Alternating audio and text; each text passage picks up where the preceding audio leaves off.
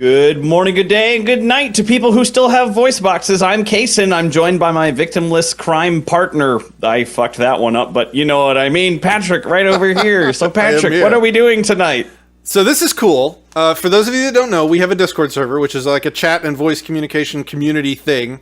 So if you want to hang out with other viewers of the show and get into endless, really fun, cool ethical debates on some really interesting edge cases, please check the Discord server out. Link is in the description. One of the recent conversations of many that we've had about some absurd sort of edge cases of anarchy topics that have come up was one that I thought would be good to go through today. Not because it's an important moral situation that happens and occurs frequently, but because it's one of those edge cases. Not at all. It's one of those lifeboats. It's one of those flagpole scenarios that are good for testing ethical frameworks and to see if they hold up, to see if they can hold up in the most extreme of circumstances, and to determine right and wrong. So if we hold that the non-aggression principle is a universalizable ethical principle that can tell us what is evil and what is not evil in any situation you can imagine, then to really give that a good testing, we got to throw every weird situation we can think of at it and see what it does for us. So why don't we start with the situation that came up on the Discord chat and then use it as a way to teach people. I told people recently on Facebook in a conversation that came up, I don't have all the answers, but I'm confident that I have all the tools to use to find all the answers. So this will be a cool video where we try and teach other people how to use the NAP tools to determine the ethics of any situation.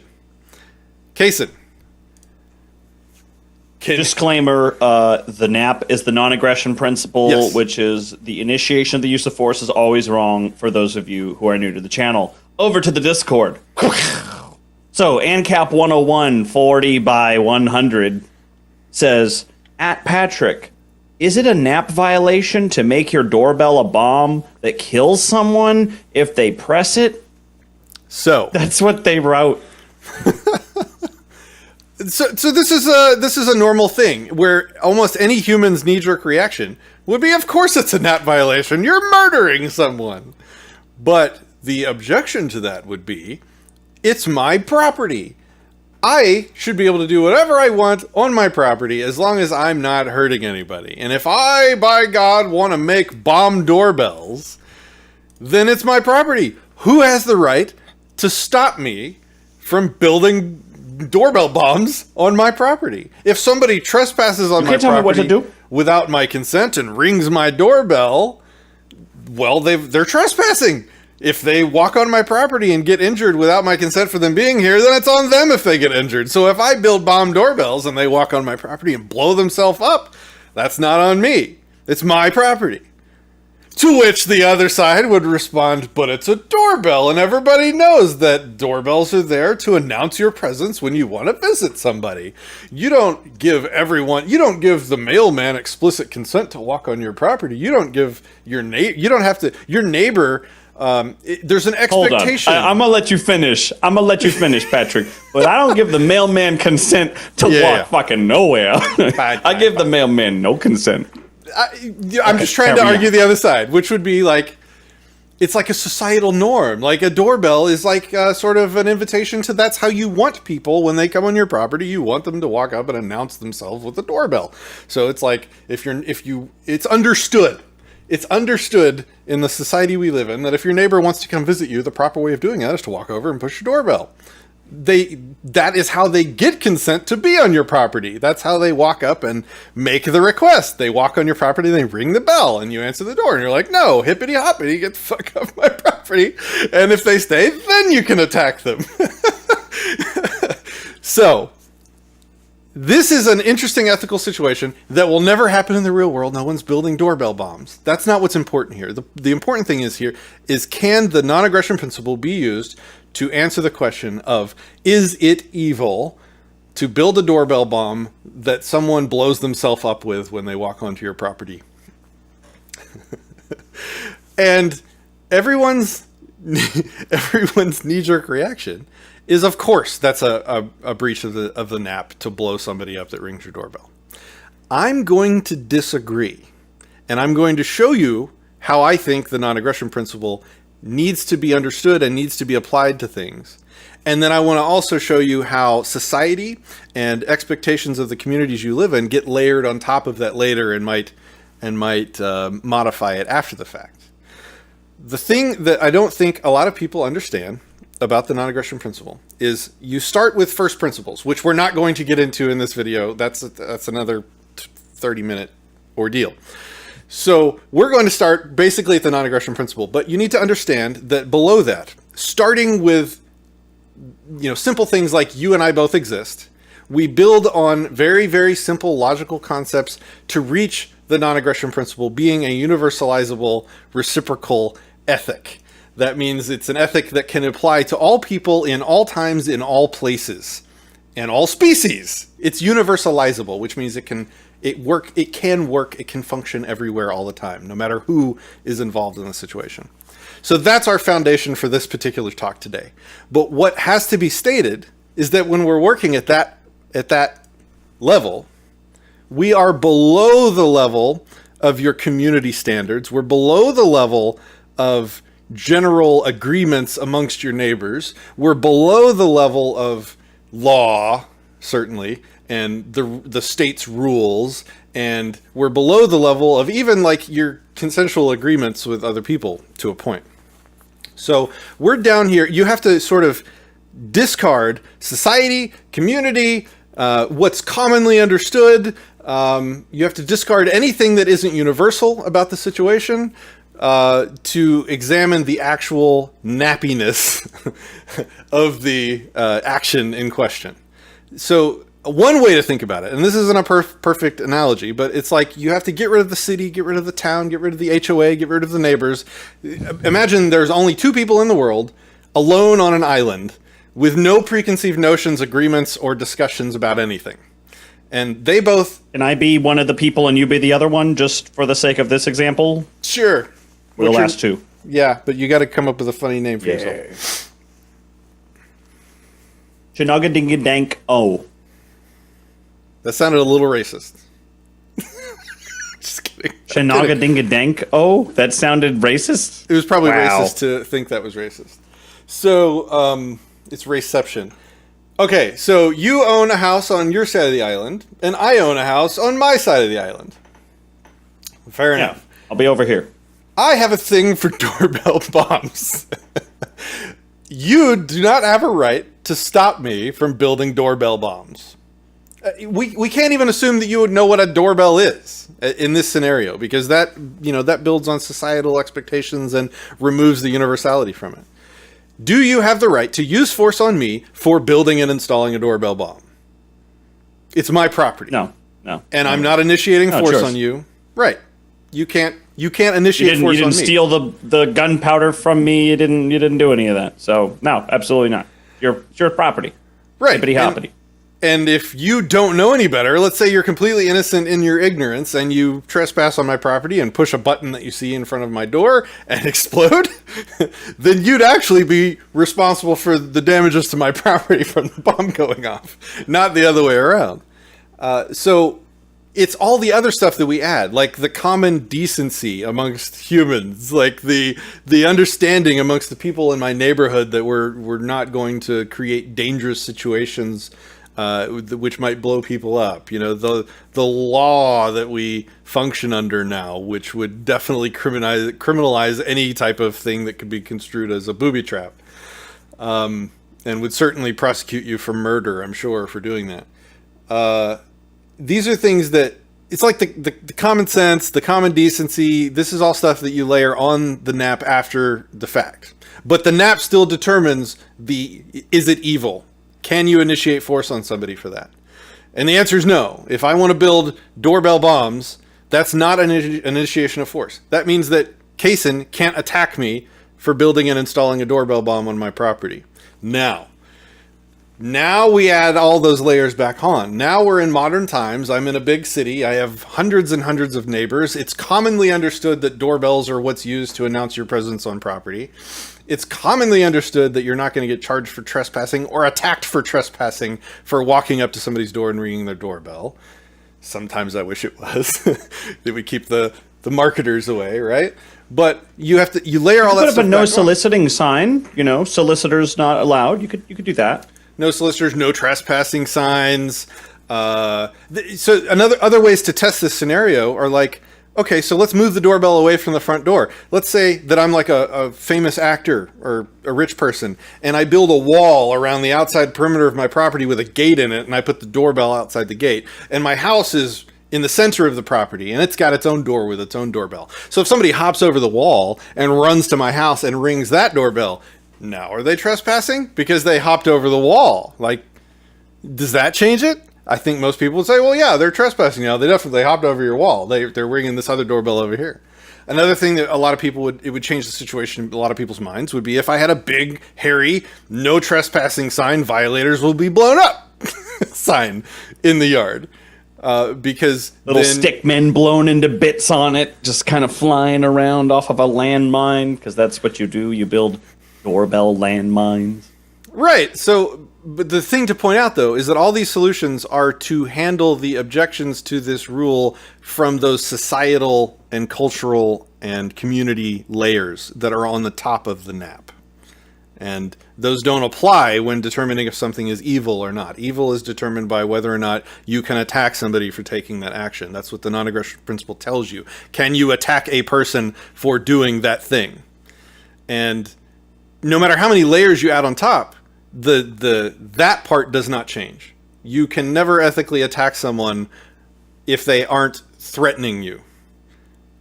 So another change to the scenario would be if they're inviting you onto their property. So like if they have a big open house sign out front and there's a party, come on inside sign out front, and then they have an exploding doorbell. Well, that's a different scenario. Now you have created a trap. Now you have invited people onto your property, and the expectation is that they're going to be relatively safe and not blown up when they're accepting your invitation.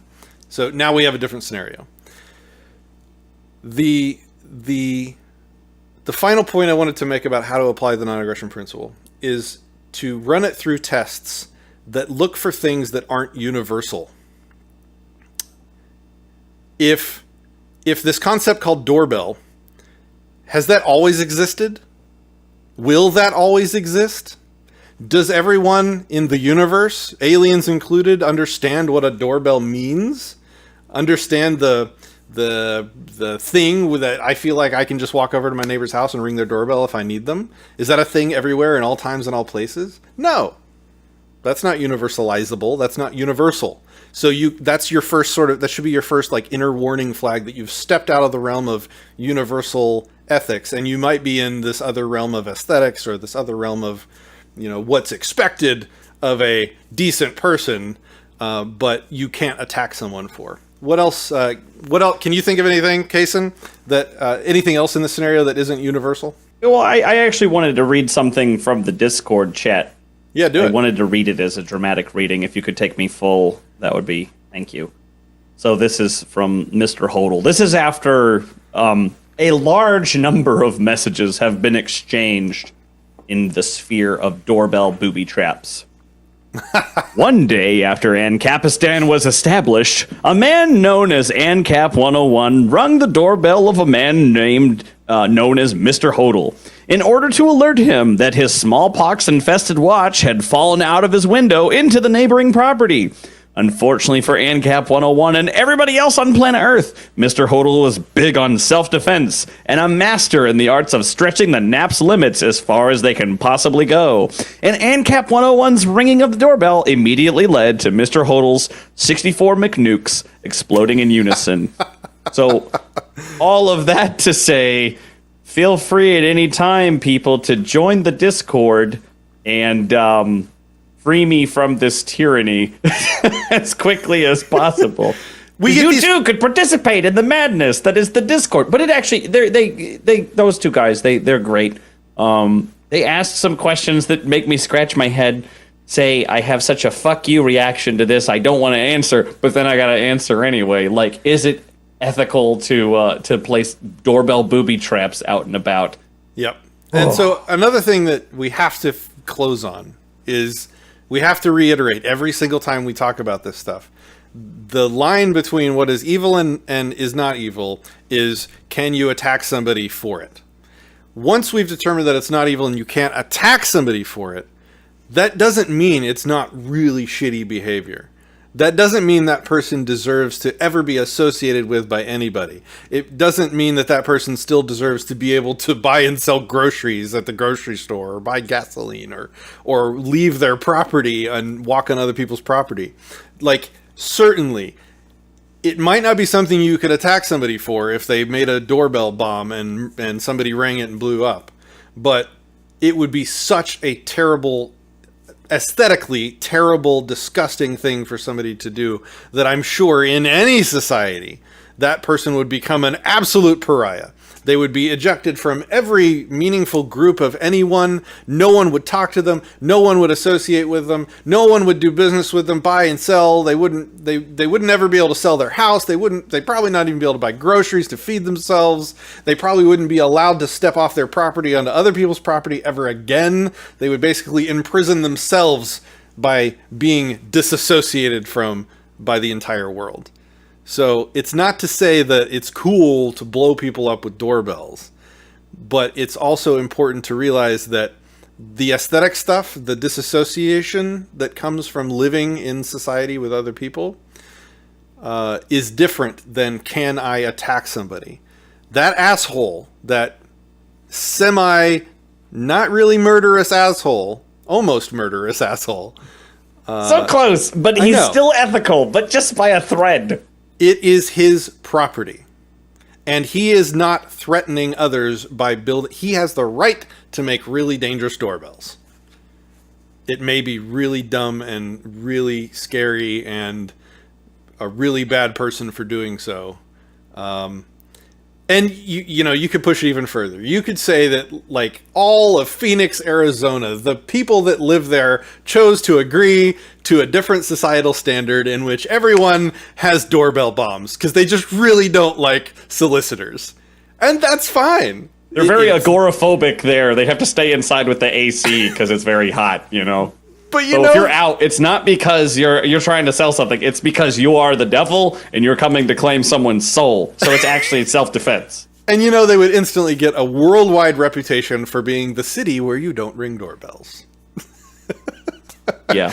And with that, You call ahead to that house. I would just not go to the city.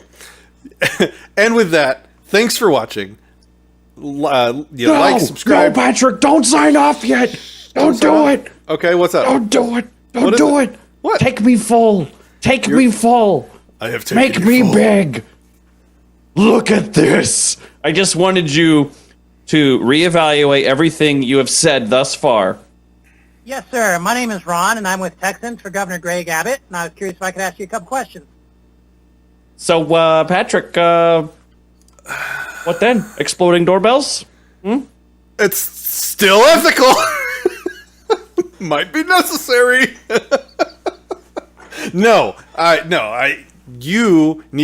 Everybody needs to go watch that video. I think it's the one posted on our channel right before probably one of these from today. We'll link it. Jesus. A Republican door knocker came to the producer. I'm so proud, I must say, of your performance. I can now say, like, this is what happens when a Republican comes knocking on a Disenthrall producer's door. It was a really good conversation. He got a lot more than he bargained for when he rang your doorbell. And you caught it all in video. That was amazing. Like, it makes me, like, think ahead of time. Like, I got to make sure and be ready to record because that's probably going to happen here soon, too. Anyway, good stuff, man. Well done. Thanks for watching. Like, share, subscribe, follow, comment, whatever. Check out our Discord if you want to participate in these conversations and hash this stuff out. And if you have another edge case or flagpole scenario that you'd like us to discuss that you think successfully challenges the non-aggression principle's ability to be a universalizable ethical principle, hit us. hit it. Well, don't hit us, but give it to us in the comments or That on would the be a NAP content violation, submission Patrick. form. And we will see you guys soon. Goodbye.